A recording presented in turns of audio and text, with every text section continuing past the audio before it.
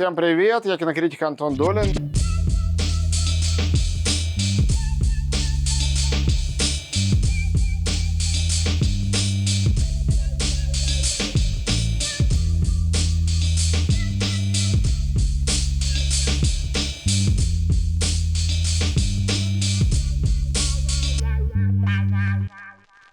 Я начну с пластинки Колтрейна, выпущенной на мелодии. Джон Колтрейн, наверное, из всего джаза, из всего бибопа, это мой самый большой любимец. А тут еще есть так называемая песня о подземной железной дороге. Подземная железная дорога, Underground Railroad, это на самом деле система вывоза чернокожих рабов с юга. Аболиционисты это устроили. Это знаменитая целая мифологическая история, недавно превращенная в прекрасный сериал. Барри Дженкинсом также. Здесь «Зеленые рукава», великая фолк-мелодия. Любимый джазовый музыкант. Мне очень нравится, что есть церковь, которая почитает его как святого. Я себе в Нью-Йорке один раз заказал икону с Колтрейном. У меня икона Колтрейна с саксофоном есть вот дома в Москве. Не знаю, увижу ли я когда-нибудь ее, но я могу молиться ему и так, мне не обязательно для этого иметь икону. Genesis, Nursery Crime.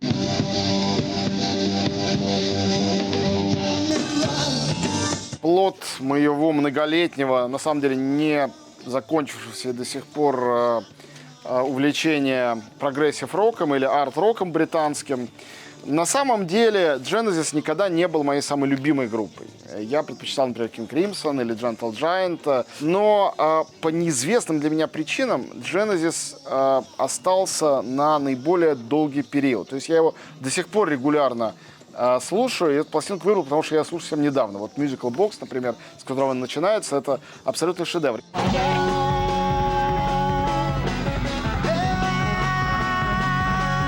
Я думаю, почему? Не только потому, что Фил Коллинз такой прекрасный барабанщик, Тони Бэнкс великий клавишник, совершенно невеликий, довольно ординарный, а у Питера Гэбриэла такой уж уникальный голос в его молодости, хотя голос хороший. Я думаю, дело в том, что они, используя советский лексикон, из всех прог-рокеров единственные настоящие песенники.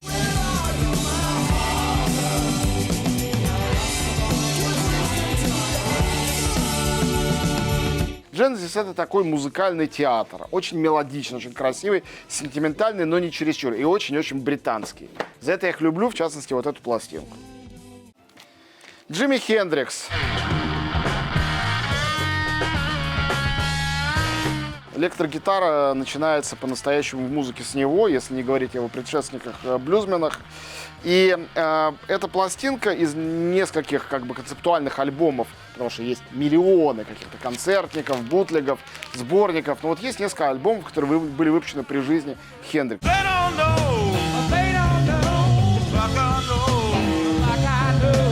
Он очень молодым умер и совершенно не много успел записать, хотя и слава его успела прогреметь.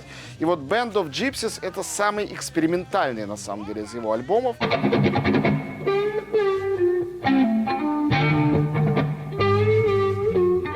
Единственный записанный именно с этим составом.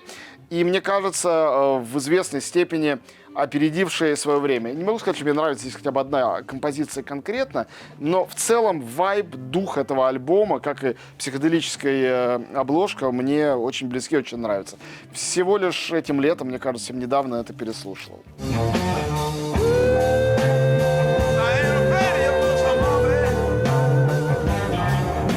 Ну и вот это британский ответ Хендриксу, Дизраэли Джирс, не знаю, как правильно произносится, группа Крим.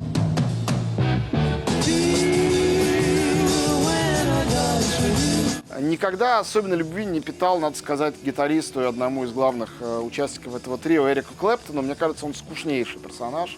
Вот. Ну, разве что на гитаре в While My Guitar Gently Weeps он хорошо, вполне Gently Weeps. А Крим — это потрясающий ансамбль.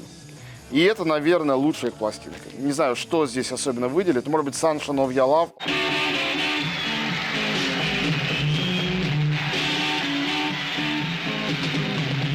то, из чего весь хард-рок вырос. То есть одной ногой он вырос из Хендрикса, а другой он вырос вот непосредственно из этой пластинки.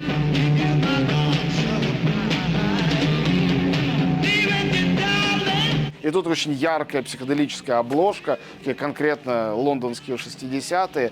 Очень-очень люблю этот коллектив, очень оплакивал Джинджера Бейкера, когда он погиб, хорошо это помню. Ну, дело не в каких-то сантиментах, а в том, что музыка до сих пор, мне кажется, живая.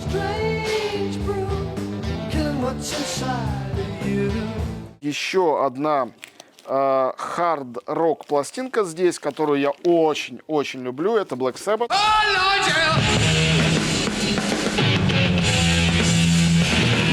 Всю жизнь, как все поклонники британского хард-рока, я, конечно, как-то мигрирую между Led Zeppelin, Deep Purple и Black Sabbath. И разные бывают настроения и моменты. Когда-то больше всего мне нравился Deep Purple, в особенности Machine Head. Ну, великий альбом, несомненно, каждый звук там прекрасен. Потом я понял, что Led Zeppelin с их блюзовыми, фолковыми темами, может быть, это более какая-то аутентичная, цельная история. Black Sabbath, ну, сначала казалось, что они просто тупые, что у них как бы 3 рифа, и Оззи Осборн фальшиво что-то под них, значит, воет.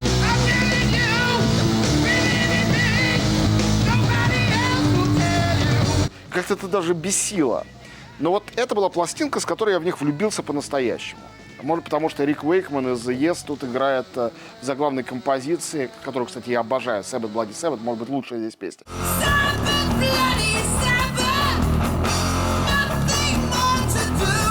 Мне кажется, что настоящий рок — это на самом деле Sabbath и Оззи Осборн.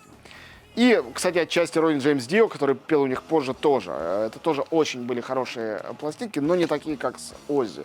То, что Оззи и вообще все они, Тони Айоми до сих пор живо работают, это какое-то чудо, какое-то волшебство.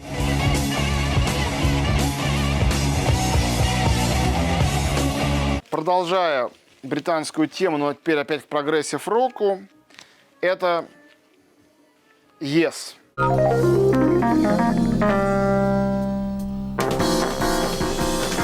Вот как много любви выпало на долю King Crimson и Genesis, так мало любви выпало на долю Yes. В особенности, потому что две их лучшие пластинки записаны с лучшим составом, с Биллом Бруфордом в качестве барабанщика. Это Fragile и Close to the Edge. Очень их люблю. Но вот две пластинки и все. И дальше Алан Уайт пришел на барабанах, и все немножко как будто бы у них разладилось. Но вот эта уникальная пластинка, такой клавишник, скорее джазового направления, экспериментатор Патрик Морец играет здесь на клавишных. И у него совершенно другой звук, чем у знаменитого Рика Уэйкмана, который прославился, собственно, работой с Yes. И Relayer — это, наверное, одна из самых сложных музыкально, абсолютно лишенная вот этого вот сверхпафоса, помпезности, мажорности Yes. Она другая, тревожная, странная пластинка. И обложка, Роджер Дин оформлял эти обложки, они все традиционно были очень красочные, а это почти черно-белые, тоже не случайно. Песня Gates of Delirium, ну, может быть, это вторая моя самая любимая песня этого коллектива после Close to the Edge.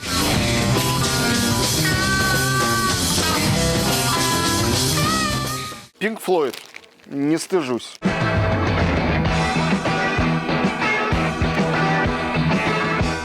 Все понимаю, что это общее место, но что делать? Animals — моя любовь.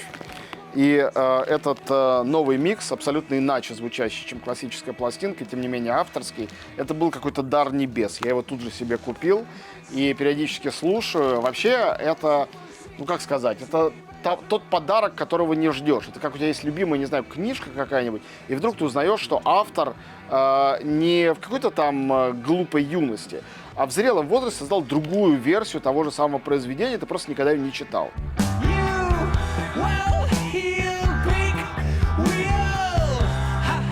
Ну, иногда бывает такое, кстати говоря, с поэтическими переводами новыми. И ты совершенно иначе любимое произведение видишь, а здесь слышишь.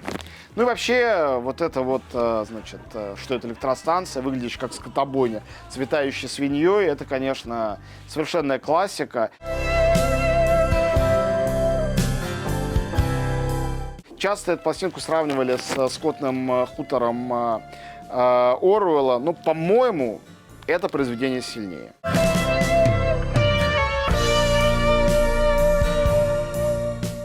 Вот группа, которая, на мой взгляд, незаслуженно недооценена. И очень странная пластинка, я впервые ее вижу. Это некий The Best, по-моему, не лицензионный. Группы The Who.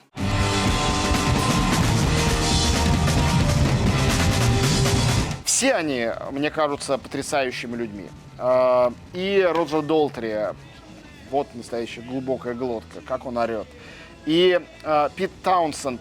Пит Таунсенд — это уникальный в рок-музыке вообще случай. Это гениальный ритм-гитарист. Все гениальные гитаристы, все соло. Все играют соло и так себя проявляют. Он всю жизнь играет вот пятерней всей.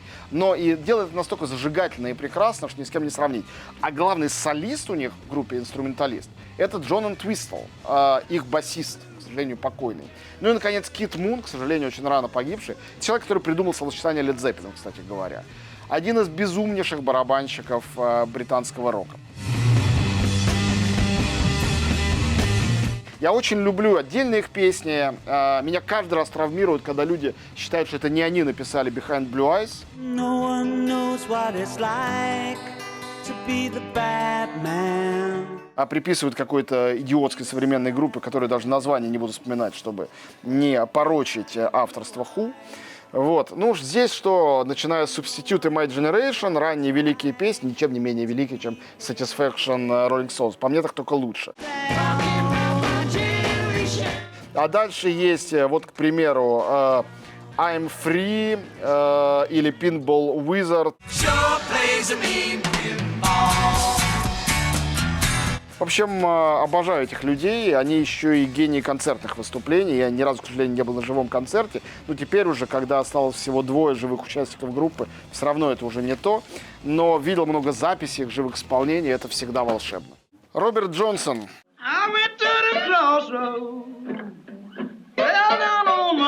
Неловко даже комментировать, что бы то ни было связано с этим человеком. Это тот, благодаря кому существует вся та музыка, о которой я сейчас говорю. Вот благодаря ему одному.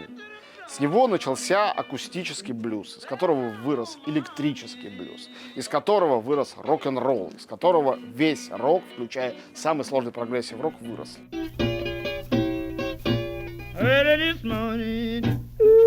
В списках величайших гитаристов 20 века Роберт Джонсон всегда стоит. Более того, этот человек, который умер тоже в 28 лет, успел записать, в общем, одну пластинку, по большому счету. Считается, что чтобы так круто играть на гитаре, а он, правда, потрясающе не играет, он продал душу дьяволу. Я легко в это верю. Песни его до сих пор перепевают, бесконечное количество кавер-версий. Никто не может исполнять их так же неповторимо гнусаво, как Роберт Джонсон. В общем, для меня он в большей степени даже, чем Хендрикс, вот настоящий американский гений. Ну, я решил, раз уж я кинокритик, выбрать один саундтрек. Это «Девственница-самоубийца».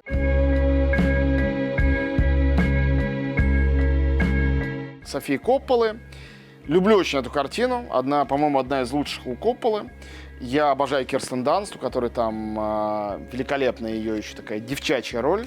Ну, а музыку написал французский дуэт Air.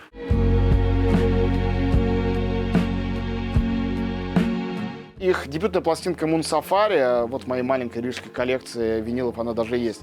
Это, наверное, лучшее, что они создали. Но на втором месте будет вот эта вот пластинка, песня Playground Love. Мне кажется, она моментально вызывает у любого человека, у которого есть хотя бы немного души, слезы и трогает до предела.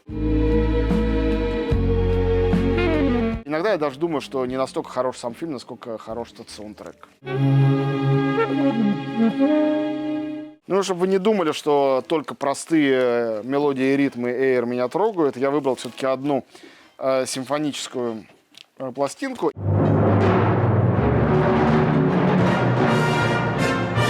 меня очень растрогала эта пластинка, у меня никогда ее не было в жизни. Мелодия выпустила ее, Symphonic Music написано, в виде симфоническая музыка. Вообще, это фантастическая симфония Гектора Берлиоза.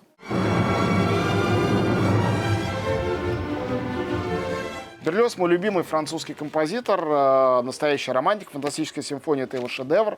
Это, наверное, самый канонический пример программной музыки, то есть музыки с сюжетом, эпизод из жизни артиста, на самом деле, конечно, художника. До мажор, сочинение 14, мечтания, страсти, бал, вальс, шествие на казнь, ну и в конце, конечно же, шабаш ведьм.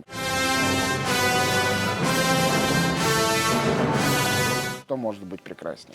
Вот. Ну, в классической музыке точно ничего. Какая-то странная, мутная, конечно, обложка, но зато здесь исполнение Большого симфонического оркестра Всесоюзного радио под управлением Геннадия Рождественского, величайшего просветителя, который не только был замечательным дирижером, но и своими предисловиями, послесловиями раскрывал глаза очень многим людям, мне в том числе, на то, кто эти композиторы и что надо услышать в этой музыке. Я слушался и слушал.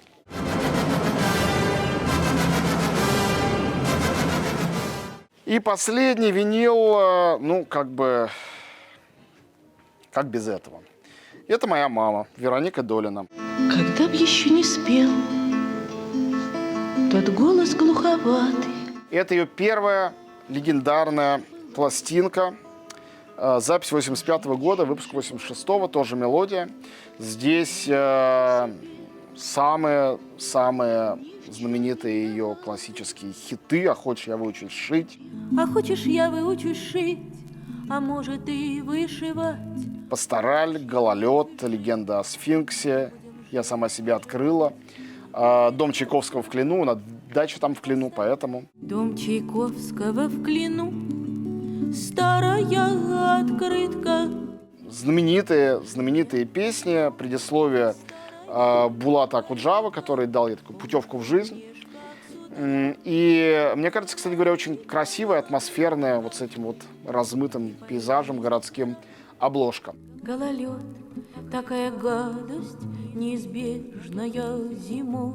Все мое детство эта пластинка меня сопровождала. Ну, не все, конечно, я вру. 86-й год, мне было 10 лет, начиная с 10 лет. Я помню, у нас в семье это была очень большая сенсация, событие, что эта пластинка наконец-то вышла. За ней последовали другие, но это уже совершенно другая история. О, моя одичавшая муза, я любила тебя и люблю. Ну, а тому, кто сможет ответить на наш вопрос, какому музыкальному жанру я посвятил у себя на своей странице Facebook целый сериал, кто ответит, тот получит приз, вот эту вот самую книжку. Спасибо, друзья!